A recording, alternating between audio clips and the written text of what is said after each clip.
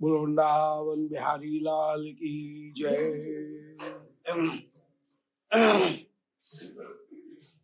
कृष्णाय वासुदेवाय हरे परमात्मने प्रणतक्लेशनाशाय गोविंदाय नमो नमः।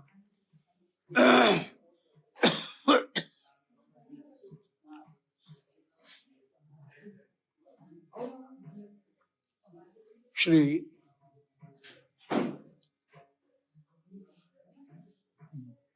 द्वितीय अध्याय के वचनों को सुनकर के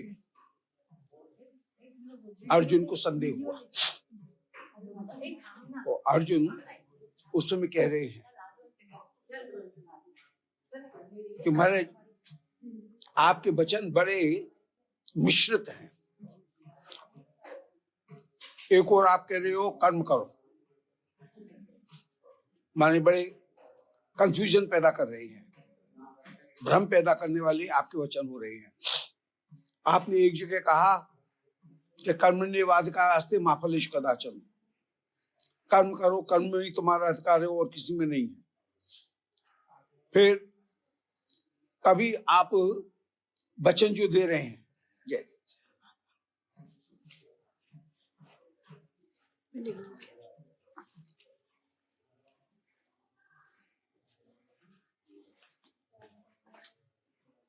फिर कभी आप दूसरी तरह की बात कहते हैं।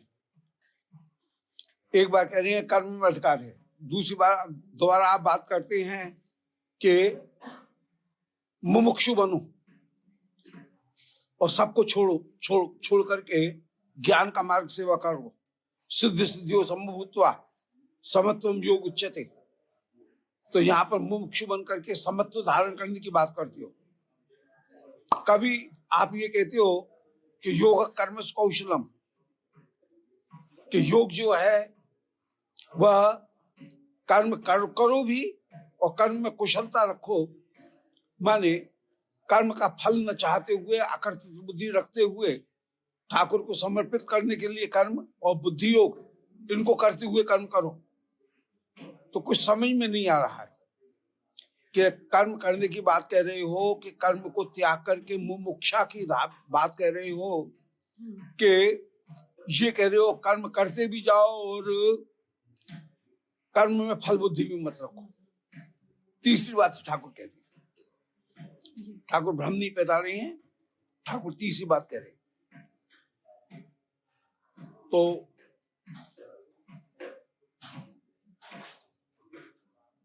श्री ठाकुर ने उस समय कहा, श्याम सुंदर बोले कि याते मोह कलनम बुद्धि वित्तरिष्यति तदा गंतास निर्वेदम श्रोतव्य श्रोतव्य।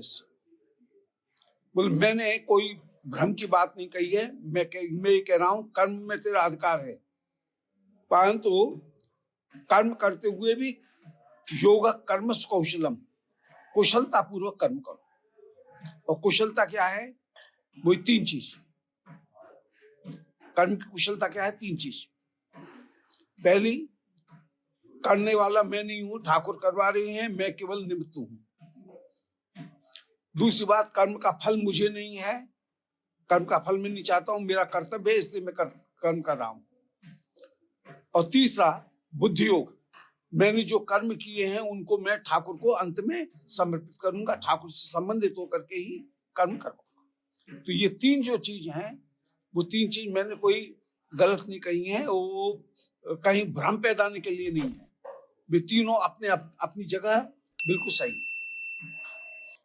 तो यदाते मोह कलनम बुद्धिम व्यतिरिष्यति, जिस समय तेरा मोह दूर हो जाएगा, तदा गंतास निर्वेदम, उस समय तू निर्वेद इनको प्राप्त करेगा। निर्वेद का तात्पर्य है अपने शरीर के प्रति, देह और दही इनके प्रति अनासक्ति, इनको तू प्राप्त करेगा। देह के प्रति भी और दैहिक के प्रति भी अनासक्ति को प्राप्त करेगा। देह और दैहिक, देह से संबंधित जो वस्तुएं, ये अपने कपड़े लते, गहना, घर द्वार, बच्चे, भोजन, सारी, ये दैहिक हो गए, देह और दैहिक। अपने देह से भी आसक्ति नहीं होगी और दैहिक के प्रति भी आसक्ति नहीं होगी। तो तदागंतास निर्वृत्तम श्रोतव्य श्रोतव्य, जितना भी श्रवण करना चाहिए और जो तूने सुन लिया है और जो आगे सुनना चाहता है उन सबसे भी तुझे निर्वृत्त हो जाएगा। माने जब कर्म करने के बाद में तू कर्म को भगवान को समर्पित कर देगा तो उससे तुझे फिर कोई बंधन की प्राप्ति नहीं होगी।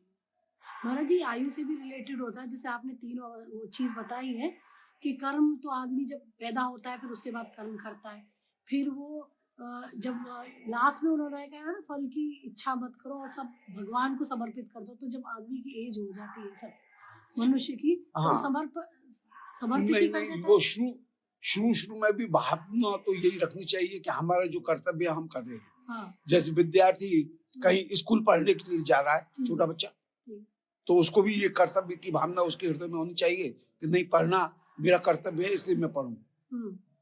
तो ठाकुर जी कर्म, हाँ, कर्म जो है, कर्म का मतलब है कि हमको जो शरीर मिला है वो कर्म के कारण मिला है, और शरीर मिला इसके साथ साथ कुछ संस्कार भी मिल गए। पूर्व जन्म के जो संस्कार हैं, जैसे हींग की डिबिया में से हींग निकाल ली परंतु उसकी गंध है, तो वो संस्कार भी मिल गए। संस्कार के कारण किसी एक विषय में हमारी ज्यादा रुचि हो जाएगी। किसी विद्यार्थी की संगीत में रुचि हो जाती है, किसी की नृत्य में, किसी की चित्रकला में, किसी की शास्त्र चिंतन में, किसी के प्रवचन करने की किसी में कला आ जाती है जन्मजात, किसी में व्यापार की कला आ जाती है, बात करने की कला आ जाती है। तो संस्कार के कारण हमें कर्म की प्रवृत्ति हो जाती है। तो कर्म के कारण जन्म मिला, जन्म के साथ साथ संस्कार भी आए, संस्कार के कारण हम फिर दोबारा कर्म भी करते, तो कर्म भी करते रहेंगे। अब कर्म समर्पण की जो बात है, एकदम कर्म समर्पण की बात, वो ये है कि जब समझदारी आ जाएगी तब व्यक्ति कर्म करेगा। शुरू में तो कर्म उसको कर्तव्य जो है वो कर्तव्य समझ करके वो कर्म कर रहा है, फिर बाद में जब उसको ये आ जाएगा कि नहीं, हमको ठाकुर को समर्पित करना है, इसका बंधन मुझे है, तब वो करेगा। तो ये बात भी एज के साथ में भी, हाँ, सही बात। कर्म का मतलब है, कर्म की परिभाषा दी बलदेव विद्याभूषण जी ने कि प्राग अभाववत, अनादि, विनाशी, पूर्ण प्रयत्न निष्पाद्य, भोग कारण, चार विशेषता बताई। कर्म जो है वो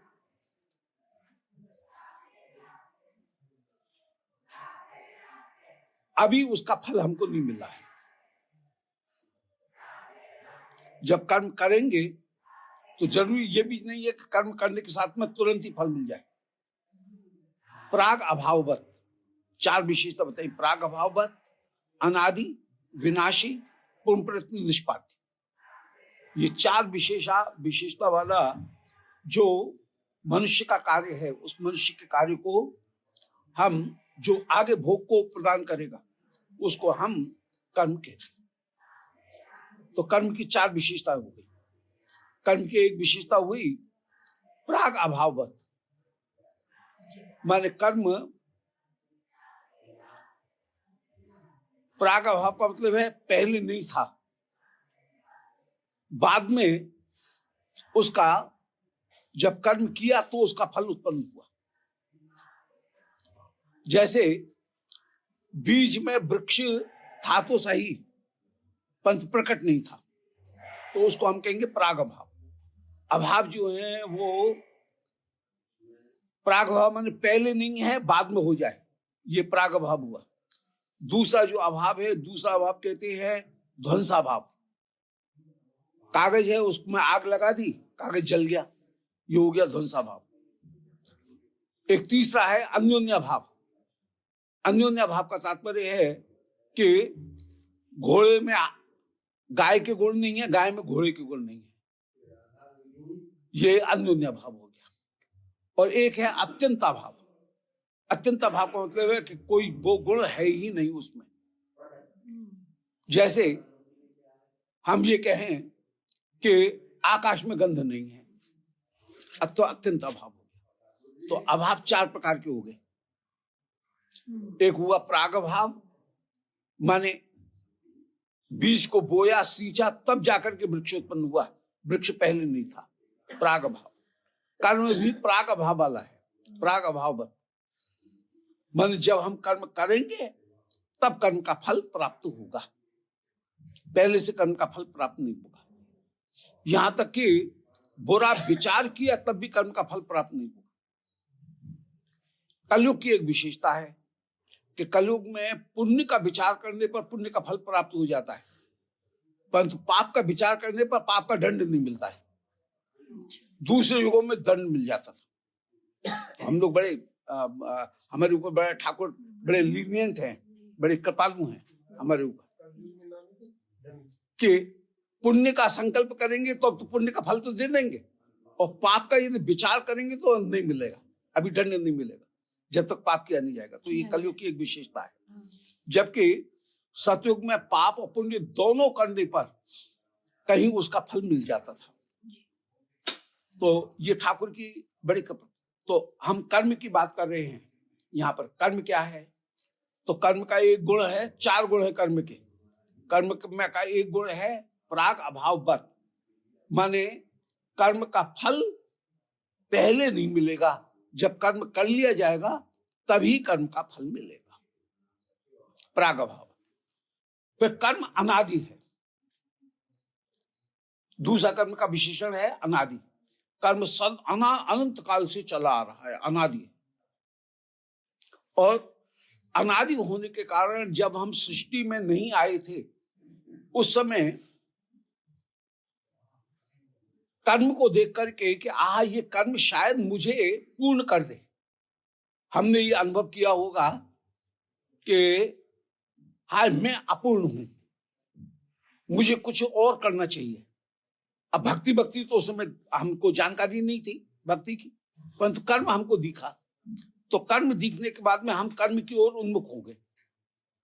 कर्म एक आकर्षक तत्व था और हमने विचार किया कि कर्म करने से हमको फल की प्राप्ति हो जाएगी, अधिक श्रेष्ठता की प्राप्ति हो जाएगी।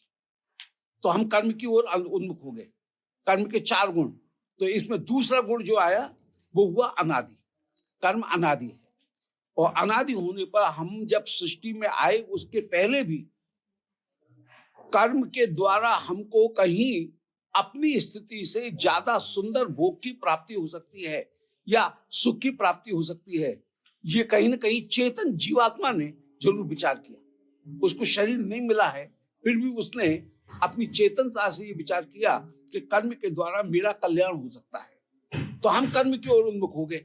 भक्ति उस समय पता नहीं था हमको, तो संत ठाकुर की कृपा मिली नहीं है, शरीर मिला नहीं है, इसलिए भक्ति का पता नहीं है। भक्ति की योग्यता है परंतु भक्ति कर नहीं पाई है। ज्ञान की भी योग्यता नहीं है, केवल कर्म को देख करके कि इसके द्वारा जरूर मुझे कोई चीज मिल जाएगी, तो हम कर्म की ओर उन्मुख हो गए। जैसे ही कर्म की ओर उन्मुख हुए वैसे ही फिर कर्म के फल के रूप में हमको शरीर मिल गया। हम जो कर्म करना चाह रहे थे उसके अनुसार हमको ठाकुर ने शरीर प्रदान कर दिया। तो कर्म के अनुसार या तो पूर्व जन्म के कर्म थे, और कर्म नहीं भी थे तो हम जो उन्मुख हुए उस कर्म के कारण हमको शरीर मिला पहली बार। तो पहली बार हमको शरीर मिल गया। अब शरीर मिलने के बाद में हमने जब कर्म किए तो कर्म करने पर फिर हमको आगे आगे फिर वो चक्र जो है वो एक बार चालू हो गया।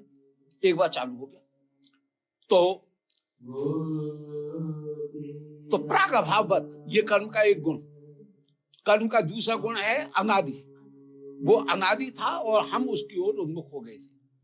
अब कर्म का तीसरा जो गुण है वो है विनाशी। कर्म अनादि तो है परंतु विनाशी भी, माने ज्ञान के द्वारा कर्म को नाश किया जा सकता है, प्रायश्चित के द्वारा पाप कर्मों को नाश किया जा सकता है, हरि नाम के द्वारा भी पाप कर्मों को नष्ट किया जा सकता है। तो कर्म विनाशी भी है। विनाशी का मतलब है कि कर्म ज्ञान या भक्ति के द्वारा कर्म का नाश हो सकता है। प्रायश्चित कर्म के द्वारा, भक्ति के द्वारा, या ज्ञान के द्वारा, या भोग के द्वारा। भाई नरक गए, नरक को भोग लिया, तो नरक को भोगने पर पाप कर्म की निवृत्ति हो जाएगी। तो कर्म का तीसरा गुण हुआ नाश, विनाशी। तो प्राग अभाववत, माने कर्म का फल पहले नहीं था, बीच में वृक्ष था परंतु पहले दिखा नहीं, इसलिए प्राग अभाववत। कर्म में भी है, कर्म था परंतु कर्म का फल तब मिलेगा जब हम कर्म करेंगे। फिर दूसरा कर्म का जो गुण है वो है अनादि। अनादि था, हम जब सृष्टि में नहीं आए और शरीर भी हमको नहीं मिला, तब भी कर्म को देख करके हम सच्चित आनंद तो थे ही। तो चित आनंद के कारण हमने ये सोचा कि यदि कर्म मैं करूंगा तो शायद मुझे अधिक सुंदर स्थिति की प्राप्ति हो जाएगी, तो अभ्युदय की प्राप्ति हो जाएगी। इसलिए हम स्वाभाविक रूप में कर्म की चमक देख करके उसकी ओर आकर्षित हो गए। तो कर्म अनादि भी हुआ, और अनादि होने के साथ साथ कर्म का तीसरा जो गुण है वो है विनाशी। या तो भोग के द्वारा कर्म का नाश होगा, परंतु भोग के द्वारा नाश होने पर एक दुख है कि कर्म का नाश तो हो जाएगा परंतु कर्म के संस्कार बने रहेंगे, फिर से हम कर्म करने लग जाएंगे, तो कर्म की निवृत्ति नहीं होगी। जैसे हींग की डिबिया, वही दृष्टांत, हींग की डिबिया में से हींग निकाल ली तो भले अब दोबारा नहीं डाल सकेंगे, परंतु गंध है, और गंध के कारण कोई भी चीज रखोगे उसमें हींग की गंध आ जाएगी, तो संस्कार बने रहेंगे कर्म के कारण। इसलिए कर्म के द्वारा, कर्म की भोग के द्वारा कर्म की पूरी निवृत्ति नहीं हो सकती है। बोले चलो साहब भोग नहीं, हमने प्रायश्चित कर लेंगे। हम धर्मशास्त्र में जो व्रत दिए हैं, गंगा स्नान, व्रत, यज्ञ, प्रायश्चित, दान, इनके द्वारा पाप की निवृत्ति हो जाएगी।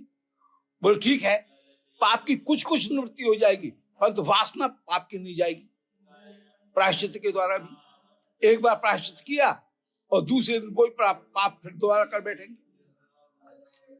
ज्ञान जरूर है, ज्ञान के द्वारा नहीं, ज्ञान सदृशम पवित्र में ही विद्यते, ज्ञान के द्वारा पाप की निवृत्ति हो जाती है। पवित्र करने वाली ज्ञान से बढ़कर कोई दूसरी वस्तु नहीं है। हम जब ये विचार कर लेंगे कि मैं शुद्ध बुद्ध आत्मा हूं, मैं शरीर नहीं हूं, और जो पाप किए गए हैं वो कर्म के द्वारा, शरीर के द्वारा किए गए हैं, इसलिए आत्मा को पाप नहीं लगेंगे। और यदि ये विचार आ जाए, बैठ जाए, तो ठीक है, उन पापों की प्राप्ति हमको नहीं होगी। परंतु जब तक ये ज्ञान रहेगा तब तक तो ठीक है, परंतु मानो ज्ञान में कहीं ढिलाई आ गई और फिर से हमने मान लिया कि मैं शरीर हूं। बड़े बड़े ज्ञानियों को भी मोह उत्पन्न हो सकता है, ज्ञान प्राप्त करने के बाद में भी मोह उत्पन्न हो सकता है। तो जैसे कोई कांटे का झाड़ है, उसमें पेट्रोल डालकर किसी ने आग लगा दी, ठीक है, झाड़ जल गया, परंतु उसकी जड़ तो अभी है ही है जमीन के अंदर, वहां पर तो जलेगा नहीं, वहां पर तो वो जड़ तो पूरी समाप्त होगी नहीं, इसलिए कुछ न कुछ रह जाएगा। तो रह जाएगा तो कहीं बंधन की फिर से प्राप्ति हो जाएगी, फिर से उसमें से बबूल का कोई कांटा निकल आएगा, ऊपर से झड़ गया परंतु उसमें से जली हुई घास में से भी एक कांटा ऊपर निकल आएगा और फिर से पेड़ खड़ा हो जाएगा। इसलिए ज्ञान के द्वारा भी पूर्ण निवृत्ति नहीं है जब तक मोक्ष नहीं हो। ज्ञान के द्वारा भी पाप की पूर्ण निवृत्ति नहीं है जब तक मोक्ष नहीं हो। मोक्ष हो जाएगा फिर नहीं होगा, परंतु यदि संस्कार हैं और शरीर हैं और ये विचार करने पर भी कि मैं शरीर नहीं हूं, फिर भी ये अज्ञान कभी ज्ञानी को भी आ सकता है। इसलिए ज्ञान के द्वारा भी पूर्ण निवृत्ति नहीं है। पूर्ण निवृत्ति जो है पाप की, विनाश पाप का, वो विनाश होगा हर नाम के आभास मात्र से। नाम तो बहुत दूर की बात है, नाम के द्वारा तो प्रेम प्राप्ति हो जाएगा, परंतु नाम आभास के द्वारा अजामिल का नारायण नाम लेने पर उसके पाप भी सारे दूर हो जाएंगे। तो बेटे का नाम लेने पर भी दो चीज प्राप्त हो जाएंगे, मोक्ष की प्राप्ति और पाप की निवृत्ति। पाप की निवृत्ति और मोक्ष की प्राप्ति, ये दो चीज क्रमशः प्राप्त हो जाएगी। तो कर्म का तीसरा जो गुण हुआ, वो तीसरा गुण हुआ विनाशी, प्राग अभाववत अनादि विनाशी। फिर कर्म का एक चौथा गुण है, वो है पुम प्रयत्न निष्पाद्य। कर्म जड़ है, कर्म अपने आप काम नहीं करेगा जब तक चेतन नहीं मिलेगा। कर्म तो पहले भी थे, परंतु कर्म अपने आप काम नहीं करेंगे। चेतन के साथ में जुड़ करके फिर चेतन को वो अपना प्रभाव उत्पन्न करेंगे। तो वो कर्म जो है वो पुम प्रयत्न निष्पाद्य, वो माने चेतन व्यक्ति के द्वारा, कर्म स्वयं जड़ माना गया है और चेतन व्यक्ति के द्वारा कर्म किए जाएंगे। तो ऐसे जो कर्म हैं, उन कर्म को यदि हम करेंगे तो कर्म कहीं न कहीं बंधन को देगा।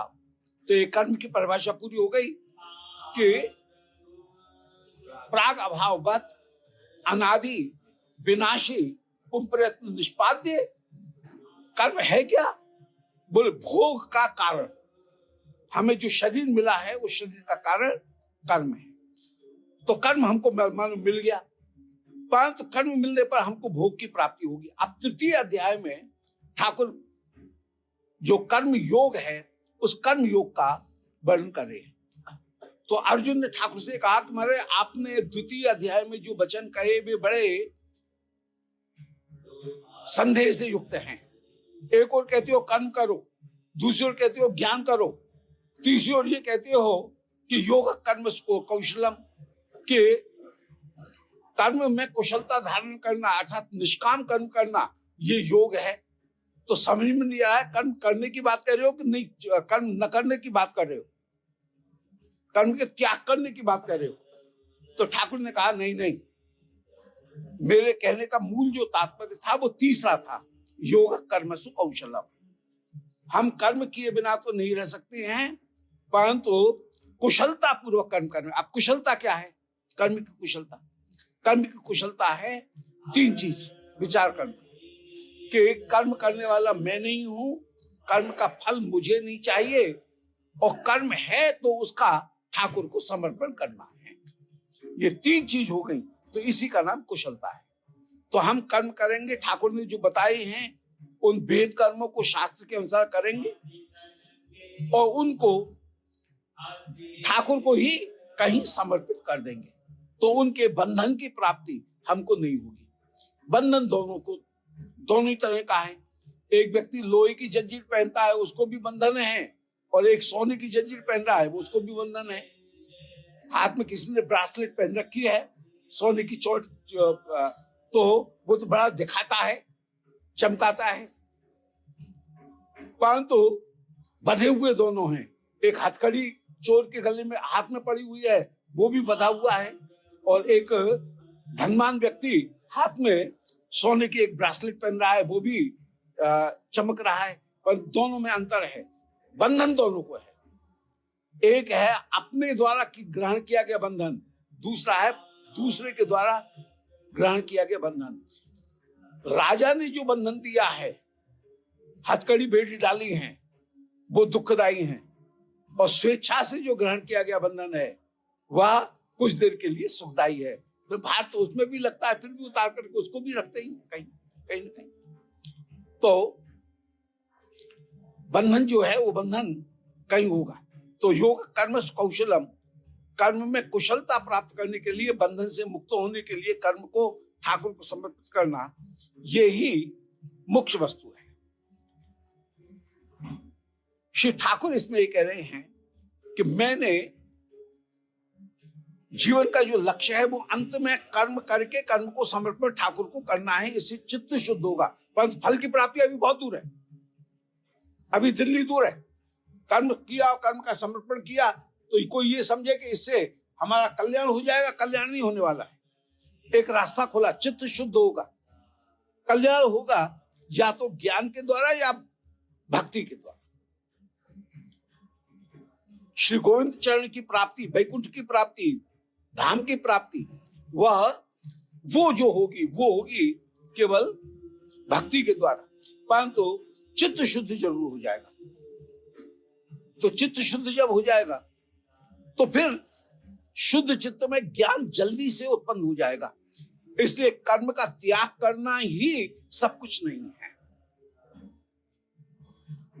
केवल चित्त की शुद्धि एक तैयारी है वो, परंतु उसके द्वारा अभी फल की प्राप्ति नहीं। तो भगवान कह रहे हैं कि मैंने चित्त को शुद्ध करने के लिए 2 प्रकार की बातें कही हैं। अब यहां से भगवान जो लक्ष्य है उसकी ओर आगे बढ़ रहे हैं कि मैंने कर्म त्याग करने की, कर्म योग की जो बात कही थी उसमें 2 तरह की बात कही है। एक है जिसको मैं कहूंगा योग या कर्म योग, और दूसरे को मैं कहूंगा सांख्य योग। तो सांख्य योग का तात्पर्य है ये विचार करना प्रकृति अलग है, पुरुष अलग है। प्रकृति माने शरीर, ये शरीर जो है वो शरीर अलग वस्तु है और आत्मा अलग वस्तु है।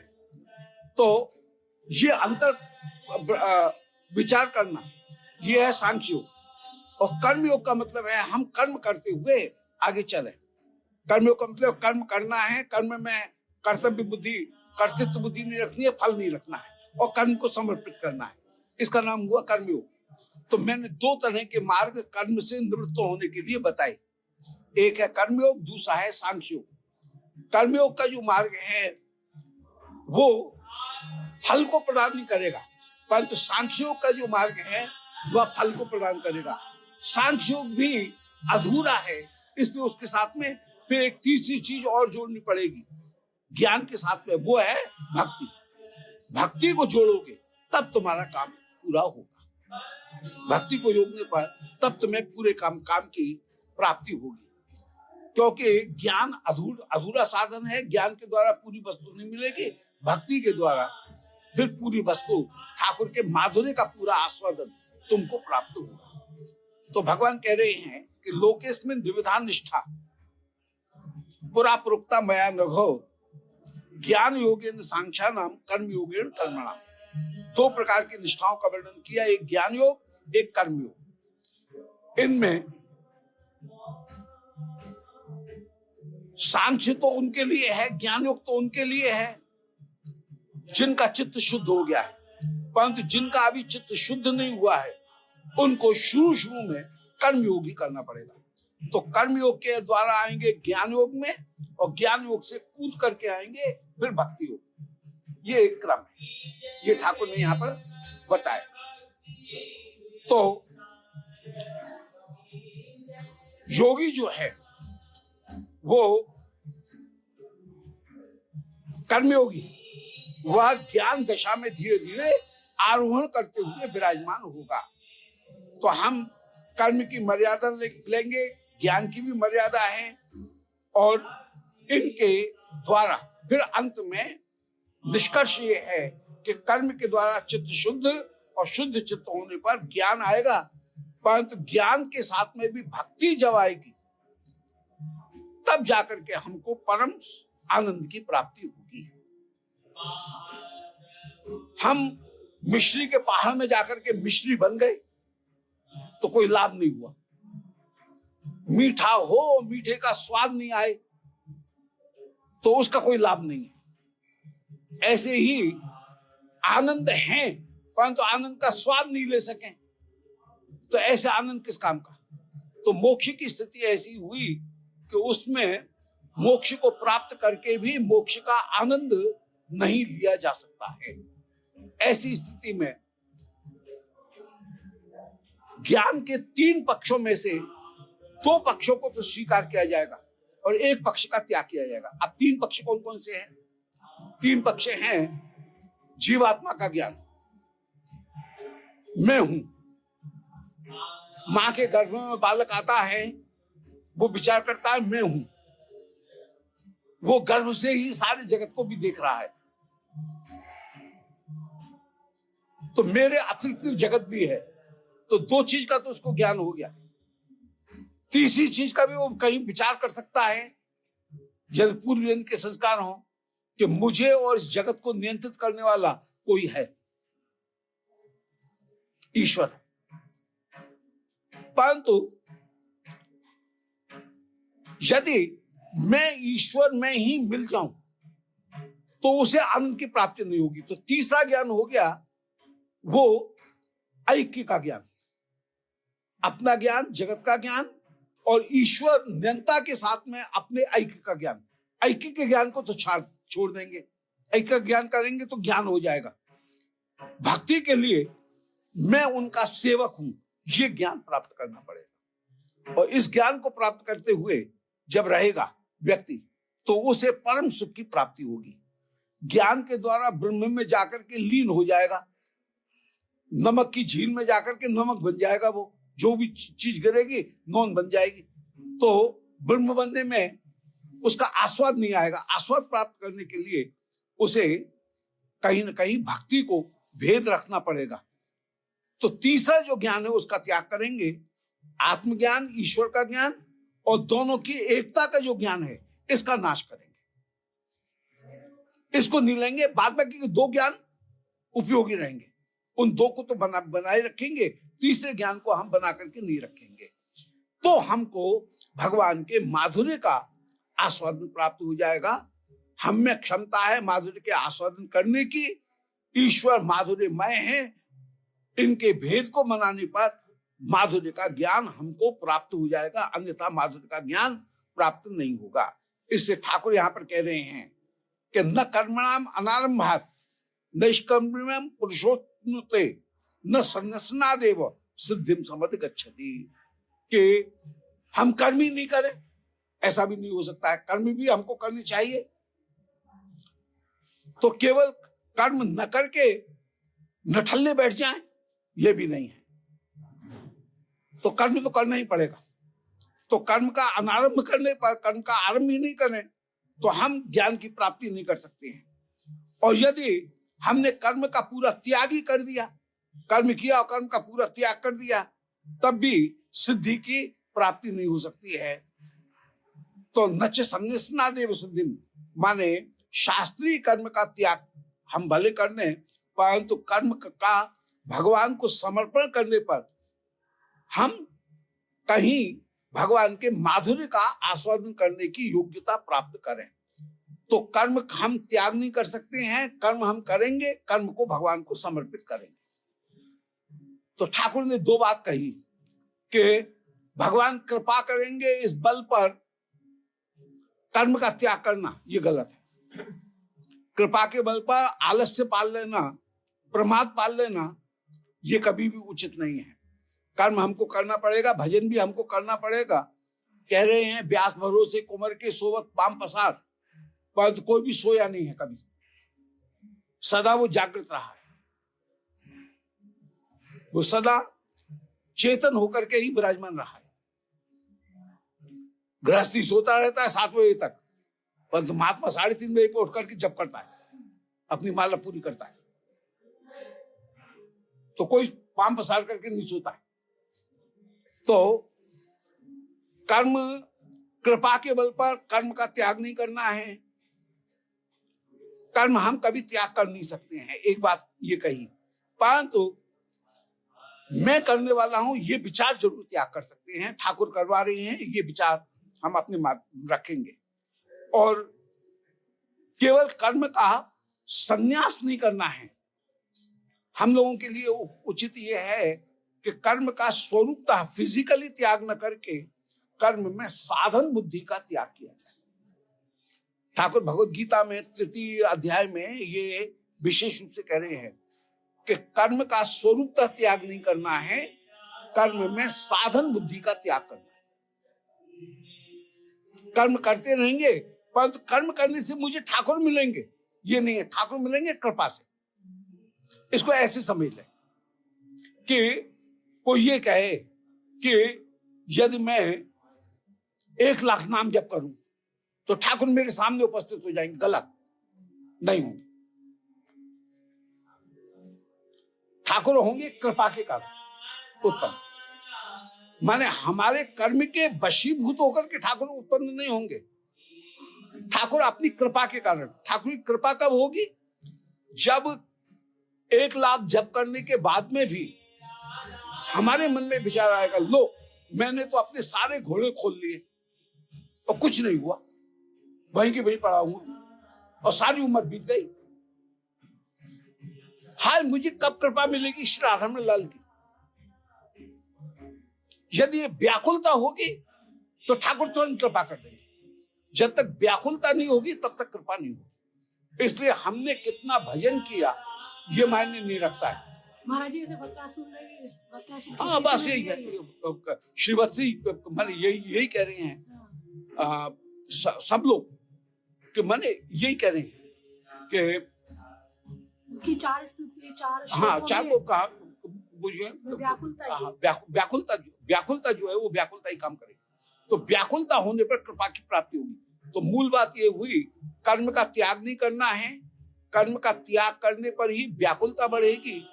व्याकुलता बढ़ने पर भक्ति की व्याकुलता देख करके भगवान जल्दी से कृपा करते।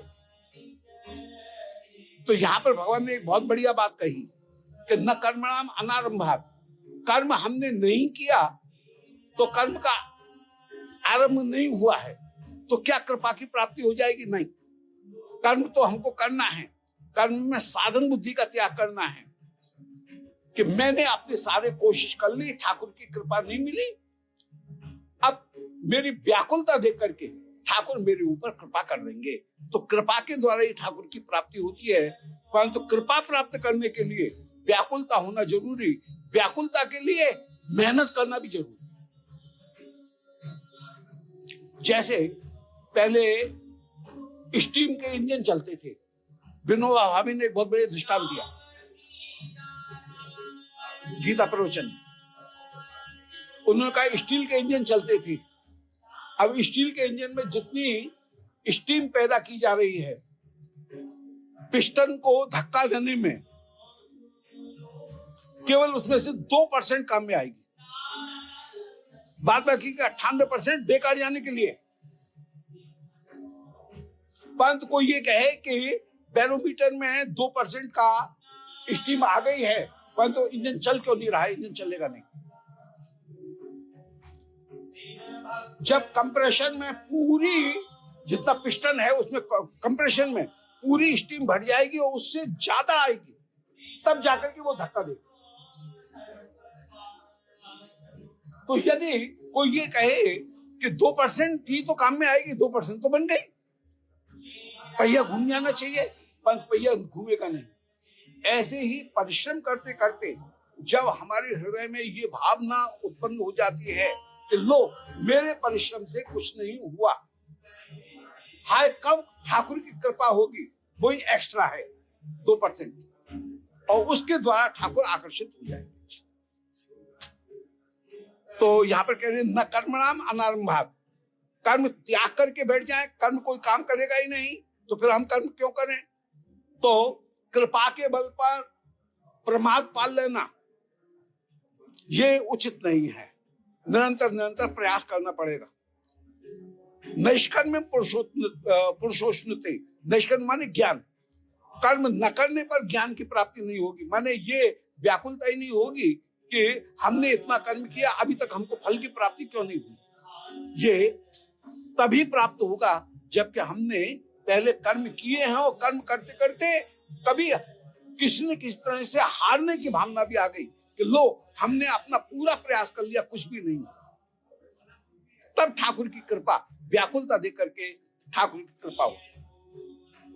और नच संन्यास ना देवो, अब एक बार यदि हमको फल की प्राप्ति हो गई, एक बार पहिया घूम गया और तुरंत उस समय जो फ्यूल है उसको बंद कर दें तो फिर से डाउन हो जाएगा कंप्रेशन, जो प्रेशर है फिर से डाउन हो जाएगा, फिर से बंद हो जाएगा। इसलिए संन्यास ना देव, कोई ये समझे कि संन्यास करने से तो ये भी जरूरी नहीं है। हमको निरंतर व्याकुलता बनाए रखने के लिए कर्म करते रहना पड़ेगा। इसलिए अपने साधन में निरंतर व्यक्ति को लगे रहना चाहिए। जब तक साधन में वो पूरी तरह से लगा नहीं रहेगा तब तक उसको परम फल की प्राप्ति नहीं होगी। तो केवल संन्यास के द्वारा भी फल की प्राप्ति नहीं होगी। सिद्धिम समति गच्छति, सिद्धि को प्राप्त नहीं होगा। इसलिए कर्म आवश्यक है इसके लिए ठाकुर ने ये कहा, ठाकुर जी कह रहे हैं कि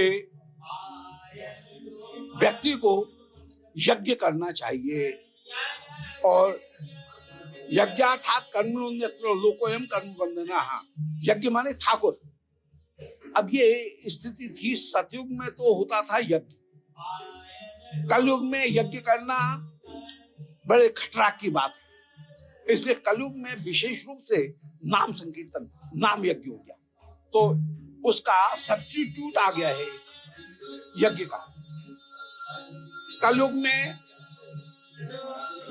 नाम यज्ञ है, जबकि सतयुग में ध्यान में, हृदय में भगवान का ध्यान किया जाता था। त्रेता में विशेष रूप से ध्यान भी रहा, ऐसा नहीं है कि एक चीज हट गई दूसरी चीज है ही नहीं, सब चीज सब जगह है, परंतु त्रेता में विशेष रूप से कहीं कृषि ध्यायते विष्णु त्रेतायम यजते मखई, वहां पर यज्ञ की प्रधानता हो गई। द्वापर परिचर्याम, द्वापर में शिव विग्रह की प्रधानता हो गई। तो पहले जो समाधि थी वो समाधि यज्ञ में बदली, और यज्ञ फिर कहीं पूजा में बदला। पर ये नहीं है कि पूजा होगी तो मैंने समाधि समाप्त हो गई और इस समय हम ध्यान नहीं करेंगे। इस समय भी ध्यान, यज्ञ, समाधि और नाम संकीर्तन चारों होंगे, और पहले भी चारों थे, तो सब चीज सब समय थी, प्रधानता की बात है। तो यहाँ पर ठाकुर कह रहे हैं, 9वां श्लोक है कि यज्ञार्थात कर्मण्यत्र लोकोयम कर्म बंधना। यज्ञ माने ठाकुर जी, श्री मदन मोहन लाल, उनके लिए हम जो सेवा कर रहे हैं उसके अतिरिक्त अन्य जितने भी कर्म हैं वे बंधन को देने वाले हैं। इसलिए तदर्थम कर्म कौन्तेय मुक्त संग समाचार। ठाकुर को सुख करने के लिए अरे तू कोई कर्म करते हुए विराजमान हो, अन्यथा कर्म के द्वारा जीव बच जाएगा। और इसके लिए ये कहा कि प्रजापति ने आज्ञा दी कि एष वशिष्ठ कर्म धुक, तुम यज्ञ करते हुए विराजमान हो। यज्ञ अवश्य करना पड़ेगा, ठाकुर को सेवा जो अवश्य करनी पड़ेगी, क्योंकि हम सब बड़े हिंसक हैं और हमारे द्वारा 5 हिंसाएं निरंतर बनती हैं। कहां कहां? बोले कंडनी, पेशणी, चुल्ली, उदकुंभी च मार्जनी, पंचसूना गृहस्थस्यो ताभिर स्वर्गम न विंदति।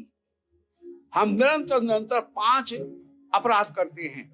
कंडनी माने जहां ईंधन रखा जाएगा, कंडे रखे जाएंगे, वहां पर कीड़े होंगे और ईंधन के साथ में उनकी भी हिंसा हम करते हैं।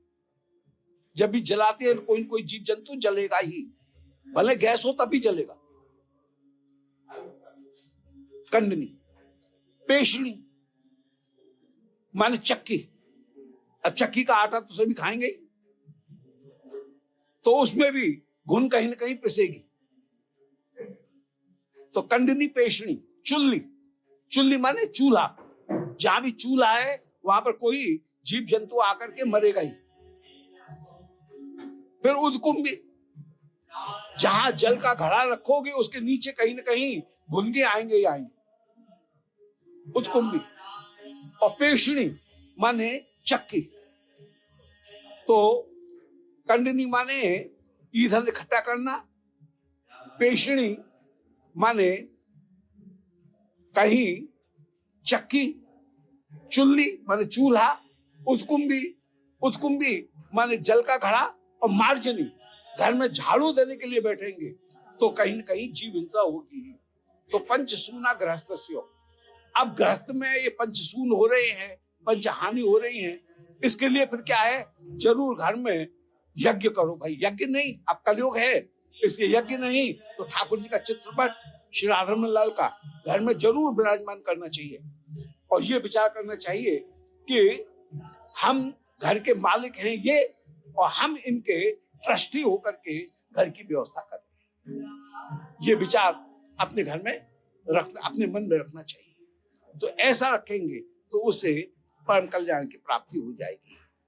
तो इसलिए ये कहा कि भुंजन्ते त्वघा पापा ये पचन्ति आत्म कारणात्, ठाकुर को भोग लगाए बिना, यज्ञ किए बिना, अब यज्ञ नहीं कर रहे तो भोग लगाओ, बात तो वही है, सब्स्टिट्यूट है दोनों।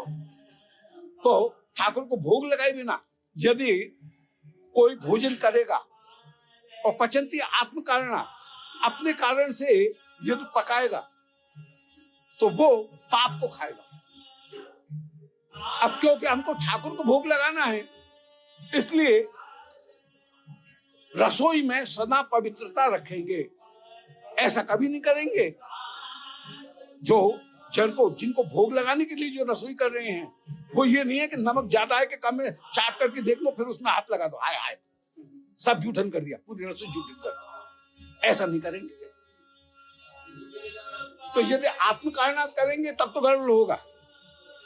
होटल में जाओगे, मुसलमानों के यहाँ पर जाओगे तो वहां पर तो वो खा करके थूक करके सब कुछ करेंगे, गड़बड़ कर देंगे। इसलिए आत्म कारणात् नहीं, अपने कारण से नहीं, बल्कि ठाकुर को भोग लगाने के लिए ये रसोई कर रहे हैं, तो उस रसोई को कहीं हम संभाल करके ठाकुर के लिए कर रहे हैं, इसलिए ऐसा करेंगे तो हमको महिमा की प्राप्ति होगी। तो ठाकुर को भजन भोग लगाना है। तो यहाँ पर आज के पूरे प्रसंग में ठाकुर ने ये कहा कि मैंने गड़बड़ नहीं की है, मैंने ये तुझसे कहा एक और कि कर्म में तेरा अधिकार है, कर्म में प्रवृत्त कर रहा हूं, परंतु कर्म में प्रवृत्त करने का तात्पर्य भी है कि योग कर्म कौशलम, मेरा जो लक्ष्य है वो ये है कि कर्म के कौशल को धारण कर। कर्म के कौशल में तीन चीज, करने वाला तू नहीं है, कर्म का फल तुझे नहीं चाहिए, कर्म ठाकुर को समर्पित करना है, ये तीन चीज कर्म का कौशल है, इनको धारण करके कर्म का। फिर ठाकुर कह रहे हैं दो प्रकार की मैंने निष्ठाएं दी हैं, एक है ज्ञान की निष्ठा और दूसरी है कर्म की निष्ठा। कर्म की निष्ठा ज्यादा श्रेष्ठ है कर्म करते हुए। ज्ञान निष्ठा में कभी कहीं ये प्रवृत्ति हो जाएगी कि हम योग्य नहीं हैं, तब भी हम कर्म का कहीं त्याग कर देंगे, या तो आलसी बन जाएंगे या कर्म का संन्यास ले लेंगे। तो न तो आलसी बनने की जरूरत है न संन्यास लेने की जरूरत है, बल्कि कर्म करो, कर्म को ठाकुर को समर्पित करो, ठाकुर को समर्पित होकर के तुम कर्म करो। फिर हमारे जितने भी कर्म हैं वो ठाकुर के साथ में लिंक हैं, तब तो हमको कर्म बंधन नहीं होगा, नहीं तो हमको कर्म का बंधन होगा। इसीलिए ठाकुर ने आज्ञा दी और हमें अपने लिए नहीं पचाना है, रसोई करनी है, बल्कि ठाकुर के भोग के लिए रसोई करनी है। हम उनके सेवक हैं, इसलिए उनका प्रसाद पाएंगे। और यज्ञ शिष्टासन संतो मुंचन्ते सर्व किल विषयी, जो भगवत प्रसाद ग्रहण करेंगे उनके सारे पाप दूर हो जाएंगे। और भुंजन्ते त्वघा पापा ये पचन्ति आत्म कारणात्, और यदि रसोई को अपने लिए बनाया जाएगा तो वो पाप होगा। इसलिए जो शिष्टाचार घर है, घरों का, वैष्णव घरों का शिष्टाचार है, उसमें यही है कि कभी माँ के पास में बालक ने कहा मम्मी मुझे ये दे दे, ना ठाकुर जी के है अभी, ठाकुर जी के भोग लगेगा, अभी नहीं मांगते हैं, ऐसा नहीं कहते हैं, तो टोक देते हैं। तो ये पचन्ते आत्म कारणात्, अपने लिए नहीं बना रहे हैं, ठाकुर जी के भोग के लिए बना रहे हैं। ये बच्चों को शुरू से संस्कार देते हुए विराजमान होंगे। ऐसा करके कर्म को समर्पण करने पर चित्त अत्यंत शुद्ध हो जाएगा, और चित्त शुद्ध होकर के फिर कर्म की प्राप्ति होगी। ये तृतीय अध्याय में श्री भगवान ने कर्म योग का वर्णन किया। कर्म योग बनेगा तब जब अकर्तृत्व बुद्धि होगी, जब कर्म का फल न चाह करके कर्म का जो फल है वो ठाकुर को समर्पित किया जाएगा, और अपने कर्मों को ठाकुर के साथ में जोड़ करके रखा जाएगा। तो कर्म समर्पण करने पर चित्त शुद्ध हो जाएगा, शुद्ध होने पर फिर ज्ञान की प्राप्ति होगी, ज्ञान की योग्यता आएगी और भक्ति की भी योग्यता आएगी। इसलिए निष्काम होकर के कर्म करते हुए कर्म करो, परंतु ठाकुर को समर्पित करो, भक्ति के लिए कर्म करते हुए विराजमान हो। वृंदावन बिहारी लाल की। महाराज जी जैसे आपने कहा था कि कर्म करके हमारे में व्याकुलता आएगी, तो वो तो व्याकुलता निराशा की वजह से आएगी ना, कि मैं करके मतलब मेरे से कुछ हो नहीं रहा है, या फिर कोई मुझे सक्सेस नहीं मिला तो मैं निराश हो गया और फिर वो व्याकुलता आएगी। हाँ, तो तत्वता माने वो निराशा आनी चाहिए, वो एक अच्छी बात है। स्वार्थ के लिए नहीं, स्वार्थ के लिए नहीं, माने मुझे तो कुछ मिल नहीं रहा, मेरे कर्म से कुछ नहीं हो रहा है, ठाकुर के माधुर्य का आस्वादन नहीं मिल रहा है मुझे, तो माधुर्य का आस्वादन तो भक्ति से मिलेगा, और भक्ति है विशुद्ध सत्वात्मक, कर्म जो है वो सात्विक है, या राजस है या तामस है। ज्ञान सात्विक ही सात्विक है, कर्म तो राजस और तामस भी है। तो ऐसे कारण कर्म के द्वारा बंधन की प्राप्ति हो रही है। इसलिए यदि ठाकुर के लिए भी कर्म कर रहे हैं और ठाकुर का भजन भी कर रहे हैं, तब भी हमारे भजन से ठाकुर मिल जाएंगे ऐसा नहीं है।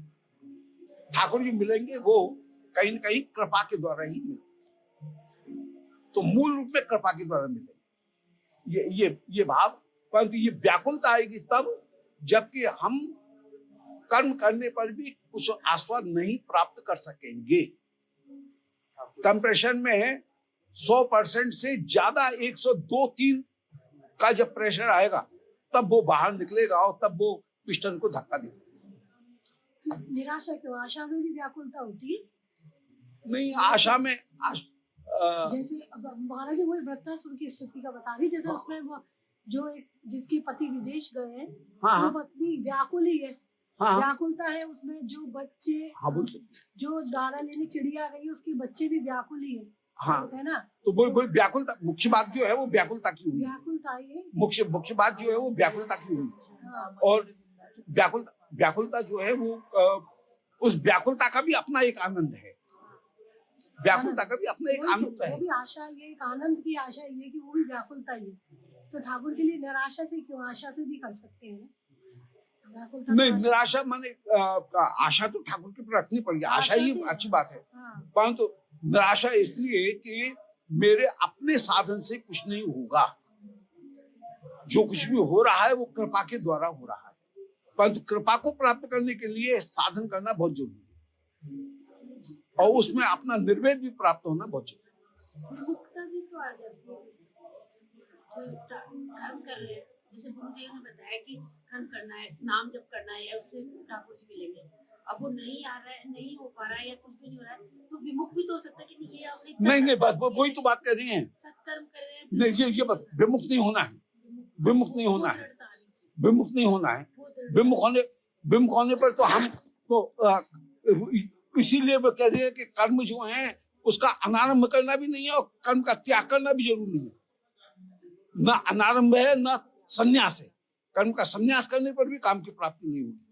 और ज्ञानी की स्थिति भी यही है बहन, कि ज्ञानी भी भले संन्यास उसने ले लिया परंतु वो अपना कर्म त्याग नहीं करता है। और ठाकुर ये कहते हैं कि भले तुमने संन्यास ले लिया है परंतु ज्ञानी भी मन में विचार करता है कि माया इतनी प्रभावशाली है कि उसका मैल मेरे ऊपर आ जाएगा, और मेरे ऊपर यदि मैल आ जाएगा तो मैं कहीं बंधन में प्राप्त हो जाऊंगा, इसलिए वो भी निष्काम कर्म करता रहता है। तो निष्काम कर्म तो वो ज्ञानी कर्म का त्याग नहीं करता है, भले उसने पहले अन्य कर्मों का, सकाम कर्मों का त्याग कर दिया है, परंतु जो भजन कर्म है उस भजन कर्म का वो त्याग नहीं करता है, भजन कर्म बनाए रखता है।